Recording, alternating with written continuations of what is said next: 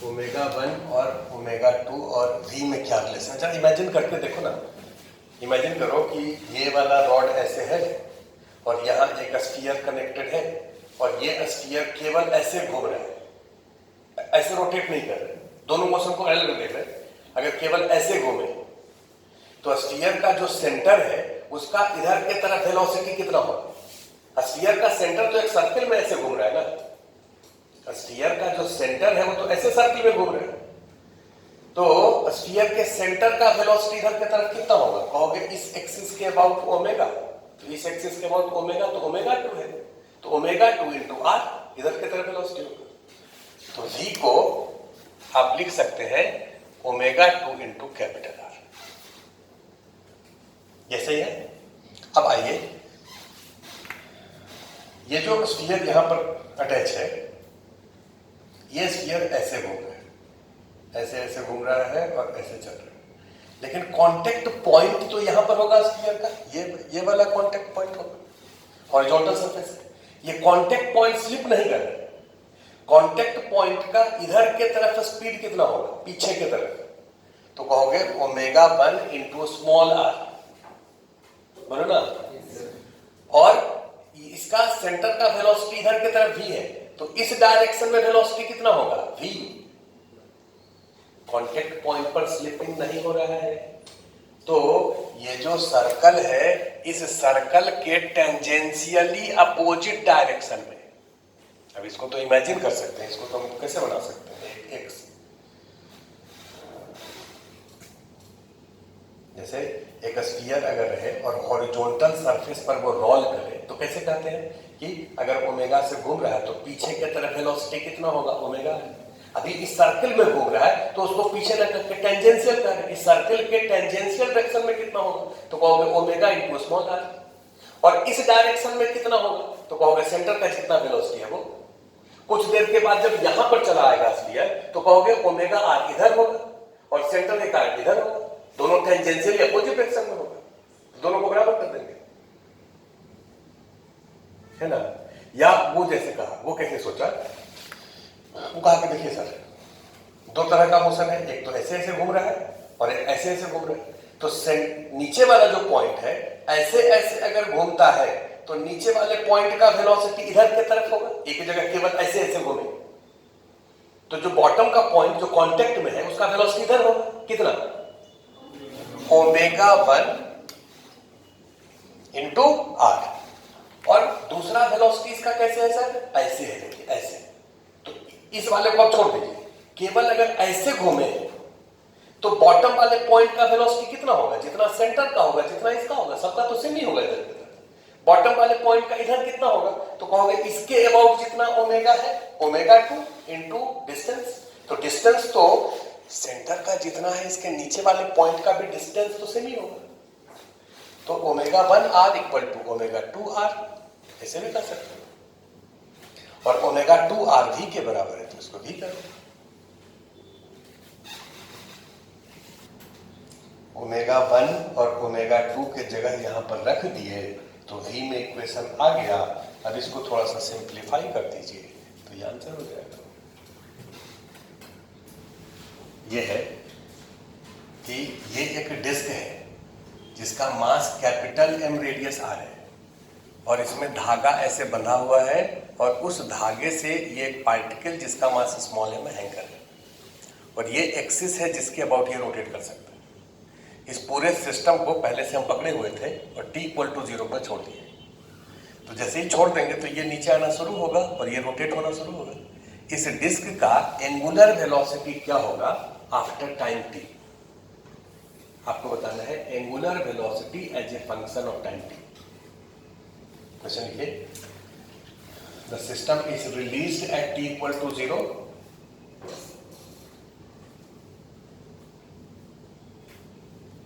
find angular velocity of a disk as a function of time।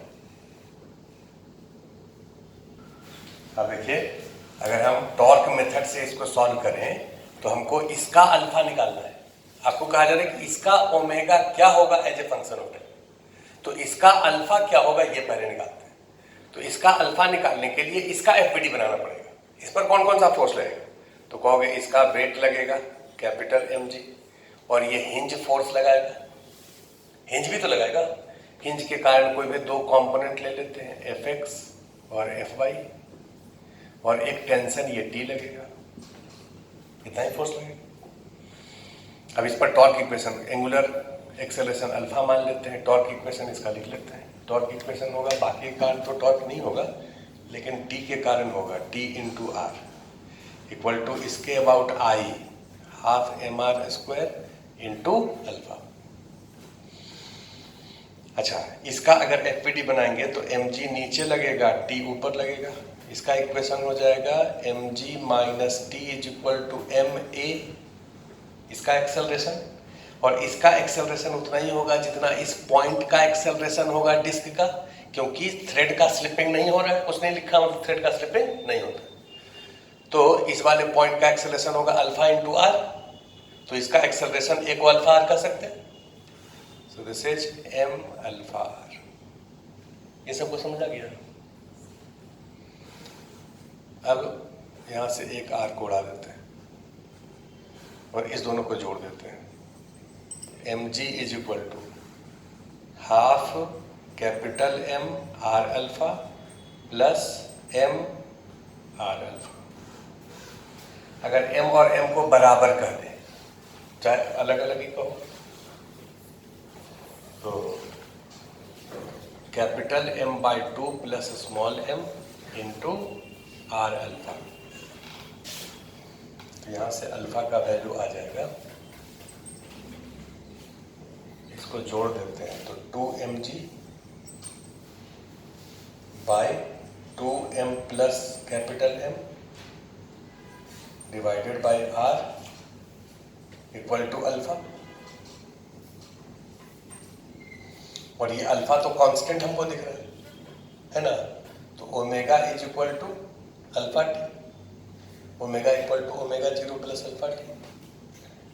तो alpha into t 2mgt by 2m plus capital M into. Second method हम लोग देख रहे हैं impulse momentum equation. अगर इस पूरे सिस्टम की बात करें, या इसको भी ले सकते हैं, इस पर कितना इम्पल्स लगा वो चेंज इन मोमेंटम होगा। इस पर इम्पल्स कितना लगा तो टेंशन T लग रहा है, T dt का integration equal to final angular momentum minus initial angular momentum.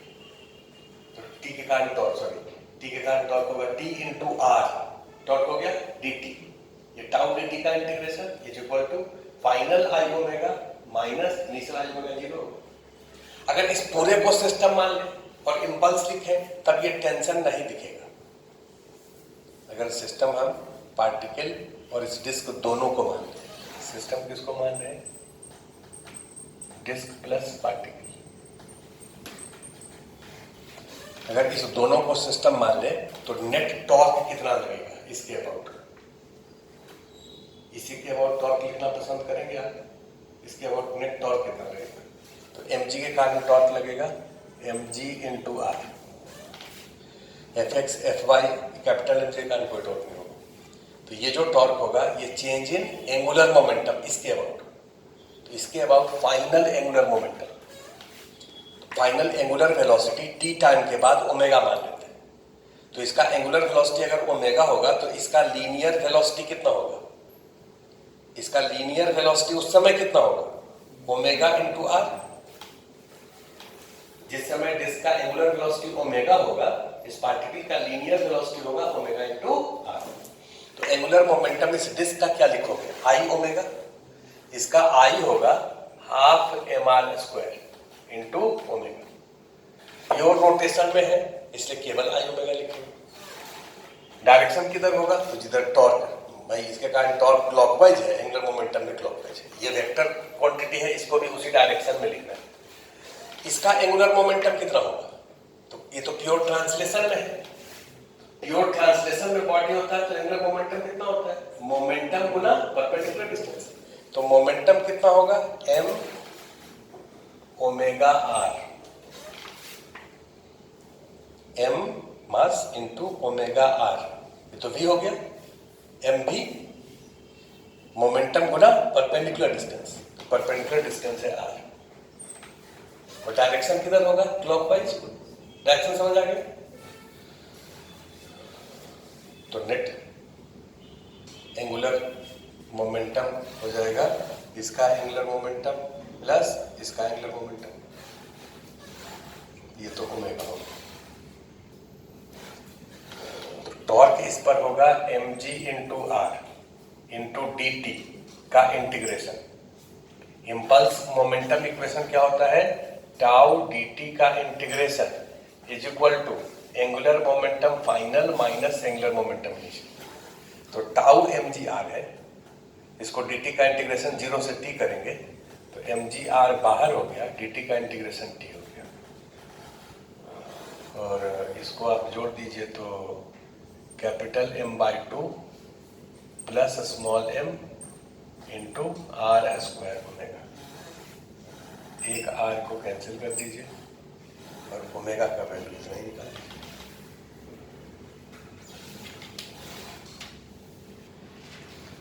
Third method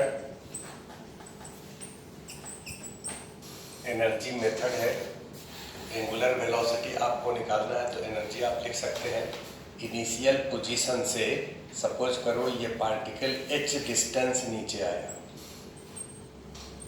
initial position से ये पार्टिकल h डिस्टेंस नीचे आया। इस पूरे को अगर सिस्टम माने तो नॉर्मल तो यही दोनों है, कोई इसके कारण वर्क नहीं होगा। टेंशन तो इंटरनल फोर्स है, उसके कारण इंटरनल टेंशन का वर्क कभी नहीं होता है इस पूरे को अगर सिस्टम माने तो, और फ्रिक्शन है नहीं तो एनर्जी कंजर्व रहेगा। तो अब ये अगर h डिस्टेंस नीचे आया है उस समय एंगुलर वेलोसिटी ओमेगा है इसका, तो इस वाले पार्टिकल का वेलोसिटी उस समय कितना होगा? ओमेगा इंटू आर, ये वेलोसिटी होगा। तो जितना पोटेंशियल एनर्जी डिक्रीज किया है, डिक्रीज इन पोटेंशियल एनर्जी कितना लिखेंगे? mgh।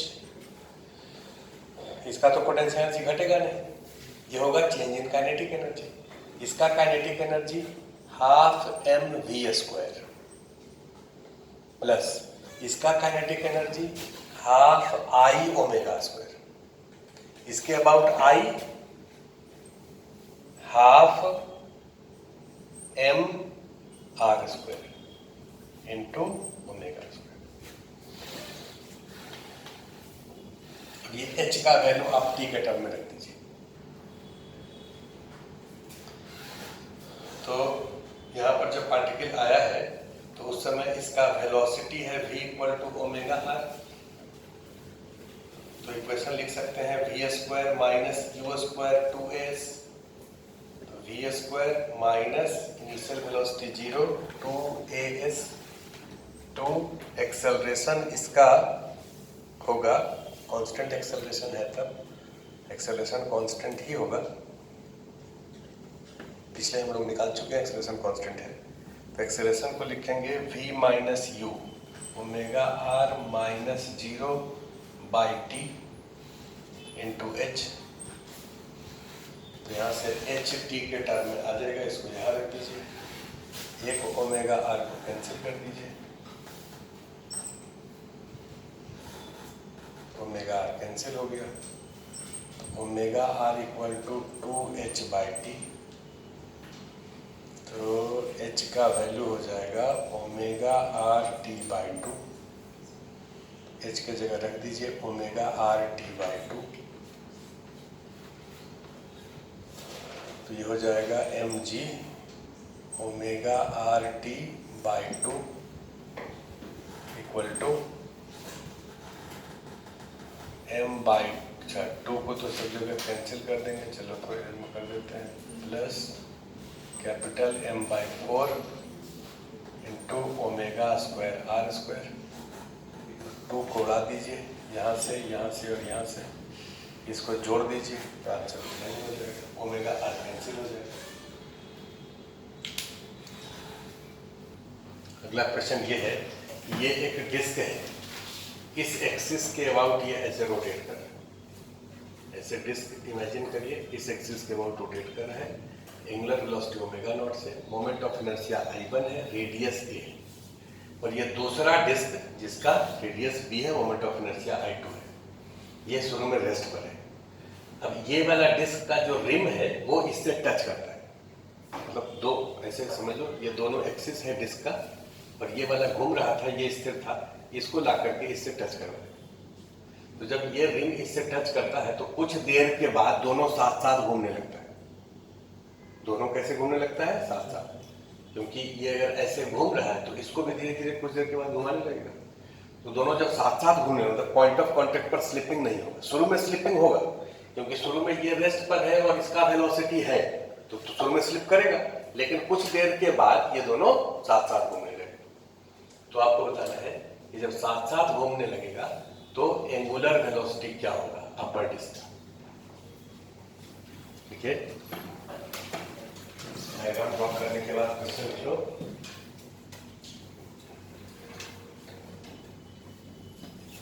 The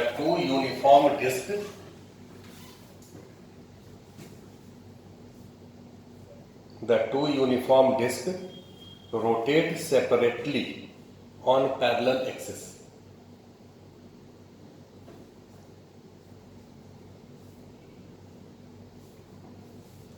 Two uniform discs rotate separately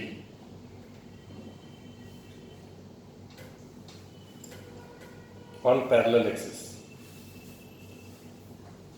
The upper disk is given angular velocity omega naught.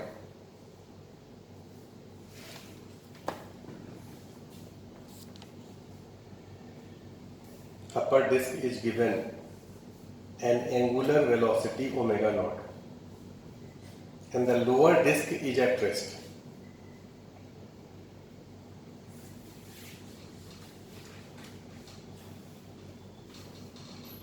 If their rim touches,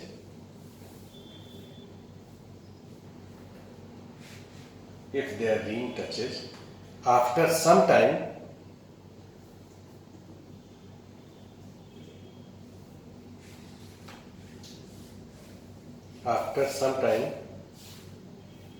they move together.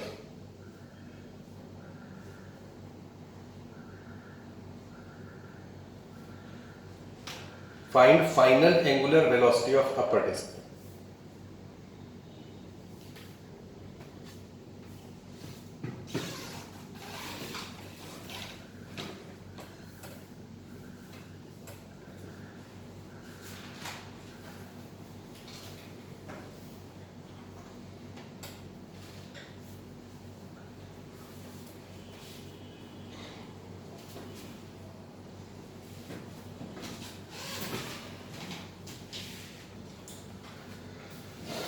ये disc, ये axis है, axis के ये disc लगा हुआ है और ये ऐसे रोटेट कर रहा है, और दूसरा एक्सिस ये है जो कि फिक्स्ड है, ये मूवेबल है, और इस वाले डिस्क को यहाँ से नज़दीक लाए और इस दोनों के रिम को केवल टच करें। तो जब रिम को टच करेंगे तो शुरू में रिम जो है वो स्लिप करेगा और कुछ देर के बाद दोनों रोटेट करने लगेगा। ये ऐसे रोटेट करेगा तो ये ऐसे रोटेट करेगा, ऐसे होगा ना। सोचो ना, इमेजिन करो, जैसे ये वाला एक डिस्क जो है वो ऐसे घूम रहा है, तो उसका ये जो पॉइंट है उसका वेलोसिटी इधर होगा, तो नीचे जो डिस्क यहाँ पर होगा जब उससे टच करेगा तो इधर के तरफ उसको पुल करना चाहेगा, वेलोसिटी इधर है, तो ये इधर के तरफ जाएगा, मतलब ये ऐसे रोटेट करेगा, ये ऐसे, ये ऐसे। ठीक है, कुछ देर के बाद, तो में तो स्लिपिंग होगा, कुछ देर के बाद स्लिपिंग बंद हो जाएगा और ये रोटेट करने लगेगा ओमेगा 1 से, ये रोटेट करने लगेगा ओमेगा 2 से। दोनों का रेडियस चूंकि अलग अलग है तो एंगुलर वेलोसिटी अलग होगा। सेम क्या होगा, जो कांटेक्ट पॉइंट है उसका स्पीड, अगर स्लिपिंग बंद हो गया तो जो पॉइंट जहां पर कांटेक्ट हो रहा है इस वाले डिस्क का स्पीड इधर होगा और इस वाले डिस्क का भी स्पीड इधर होगा, दोनों का सेमी डायरेक्शन में होगा, लेकिन ये रोटेट ऐसे करेगा और ये रोटेट ऐसे करेगा। ये बात समझ आ रहा है? तो ये जो पॉइंट ऑफ कांटेक्ट है उसका स्पीड सेम होगा, ये वाला पॉइंट, इसका स्पीड जितना होगा इसका भी उतना ही होगा। मान लेते हैं फाइनल एंगुलर वेलोसिटी इसका हो गया ओमेगा 1 और इसका हो गया फाइनल एंगुलर वेलोसिटी ओमेगा 2, ऐसा लेट कर लेंगे। तो स्लिपिंग अगर बंद हो जाए तो इसका स्पीड होगा ओमेगा 1 इंटू ए और इसका स्पीड होगा ओमेगा 2 इंटू बी। ये रिलेशन होगा ओमेगा 1 ओमेगा 2। अच्छा, ये जो पॉइंट है, इस पॉइंट पर और इस पॉइंट पर दोनों पर एक दूसरे जो डिस्क है वो फोर्स लगाएगा। कौन सा फोर्स लगाएगा? Friction force. अगर हम केवल इसका एफवीडी बनाए तो इस पर फ्रिक्शन फोर्स लगेगा। जिधर स्लिपिंग टेंडेंसी है उसके अपोजिट डायरेक्शन में। ऊपर वाला डिस्क का स्लिपिंग टेंडेंसी इधर है तो उस पर फ्रिक्शन इधर लगेगा और नीचे वाले पर वो फ्रिक्शन इधर लगाएगा। उसी फ्रिक्शन के कारण तो ये रोटेट करना शुरू किया। अगर इस दोनों के बीच में फ्रिक्शन नहीं होता तो क्या नीचे वाला डिस्क रोटेट करता? अगर ये दोनों फ्रिक्शन लेस होता तो उसको सटाते, वो अपने जगह पर स्थिर रहता। फ्रिक्शन के कारण ही रोटेट किया। तो इस पर फ्रिक्शन अगर डॉट लग रहा है तो इस पर फ्रिक्शन कैसा लगेगा? क्रॉस लगेगा और सेम होगा क्योंकि इक्वल अपोजिट फोर्स होता है। इस बॉडी की अगर बात करें और इसका इंपल्स इक्वेशन लिखें, इंपल्स इक्वेशन जब तक स्टार्टिंग से शुरू से लेकर के जितने टाइम तक मतलब दोनों साथ साथ मूव कर रहे हैं उस टाइम को टी मान लेते हैं और उतने टाइम में इसका इंपल्स इक्वेशन लिखते हैं। तो क्या लिखोगे? कहोगे देखिए सर, ये जो एक्सिस फोर्स लगा रहा है उसके कारण तो कोई टॉर्क नहीं होगा, एमजी के कारण कोई टॉर्क नहीं होगा, एमजी एक्सिस से ही पास करेगा। ये वाला जो फ्रिक्शन है इसी फ्रिक्शन के कारण टॉर्क होगा। तो इस पर लिखो इंपल्स इक्वेशन। बोलो, अगर इस डायरेक्शन में लिखें, फ्रिक्शन बाहर है, अंदर की तरफ अगर लिखें तो क्या लिखेंगे? Impulse equation minus F into a, ये टॉर्क हो गया, इंटू डी टी का इंटीग्रेशन, डी टी का इंटीग्रेशन टी, ये टाउ डी टी का इंटीग्रेशन किधर की तरफ? ऐसे इधर की तरफ final angular momentum I1 omega 1 minus initial angular momentum I1 omega naught. बोले इक्वेशन समझ आया? अब लिखो मत, पहले समझो। ये समझ आया? इसका इक्वेशन क्या होगा मोहिनी बताएगी।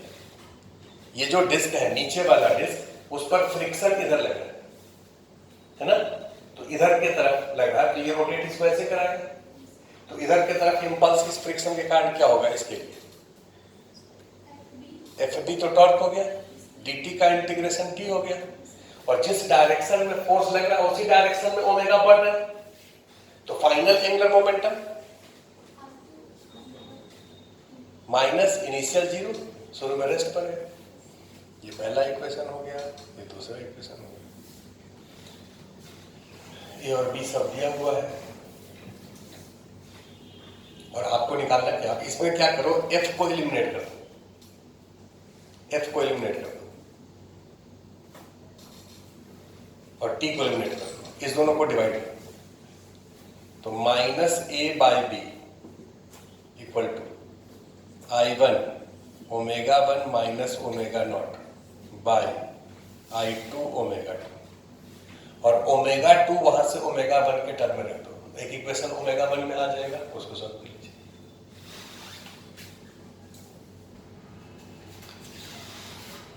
तो इस इक्वेशन में ओमेगा 2 का वैल्यू यहां से रख दिए। ओमेगा 2 हो गया ओमेगा 1 ए बाई बी, इस पूरे को इधर लेके चले आए तो I2 ओमेगा 1 और a by b a square by b square हो गया और इधर I1 omega 1 minus I1 omega not लिखा गया। अब इस पूरे को इधर ले आते हैं, इसको इधर ले आते हैं तो I1 ओमेगा नॉट इधर हो गया, इसको इधर ले आएंगे और ओमेगा 1 को कॉमन ले लेंगे तो I1 plus I2 a square by b square हो जाएगा। तो ओमेगा 1 इसको डिवाइड कर देंगे।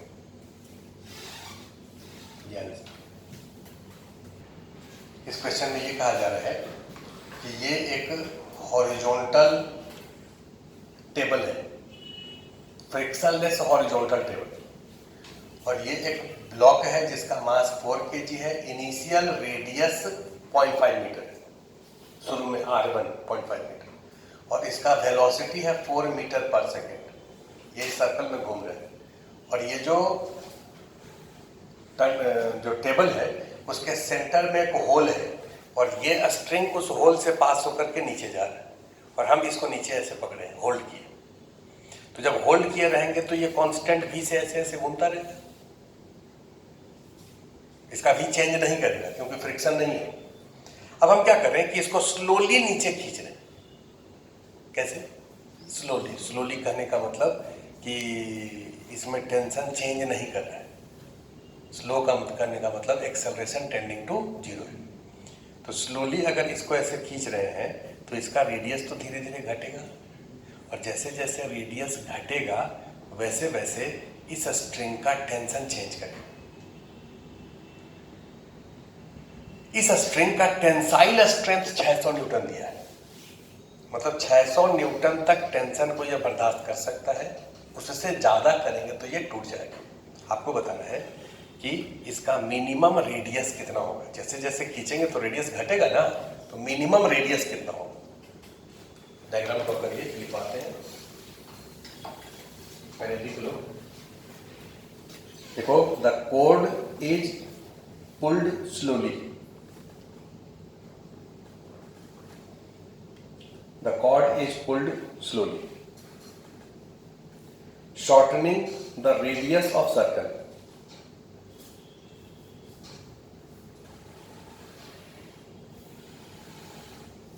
Shortening the radius of circle. Full stop. The breaking strength of cord is 600 Newton.